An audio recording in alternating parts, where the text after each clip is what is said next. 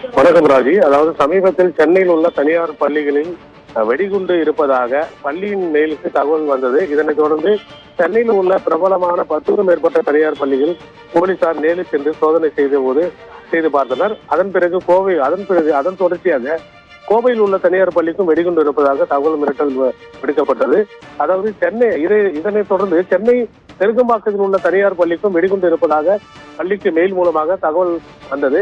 அதன் அடிப்படையில் காவல்துறையினர் சோதனை மேற்கொண்டனர். அதன் பிறகு அங்கு எந்த ஒரு அந்த மாதிரி வெடிகுண்டு இல்லை என்று உறுதி செய்யப்பட்டது. இந்த சம்பவத்தால் ஒரு பரபரப்பான சூழ்நிலை உருவாகியுள்ளது. அந்த வகையில் தற்போது குரோம்பேட்டை நேரு நகர் பகுதியில் இயங்கி வரும் அண்ணா பல்கலைக்கழகத்தின் MIT வளாகத்திற்குள் வெடிகுண்டு மிரட்டல் மின்னஞ்சல் மூலமாக வந்துள்ளதாக கல்லூரியின் முதல்வர் அவர்கள் சிட்லப்பாக்கம் காவல்துறைக்கு புகார் கொடுத்தனர். புகாரின் பேரில் கல்லூரி வளாகத்திற்கு தற்போது விசாரணை மேற்கொண்டு வருகின்றனர்.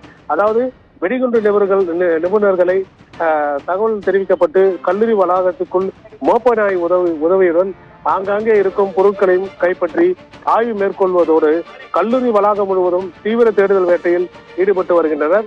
அதாவது இந்த சம்பவத்தால் ஒரு பெரிய பரபரப்பு ஏற்பட்டுள்ளது.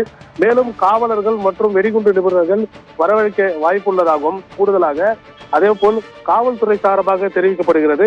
தற்போது கல்லூரி வளாகம் முழுவதும் காவல்துறை கட்டுப்பாட்டில் கொண்டு வரப்பட்டுள்ளது. இரவு நேரம் என்பதால் ஒரு பதட்டமான சூழ்நிலை உருவாகிறது.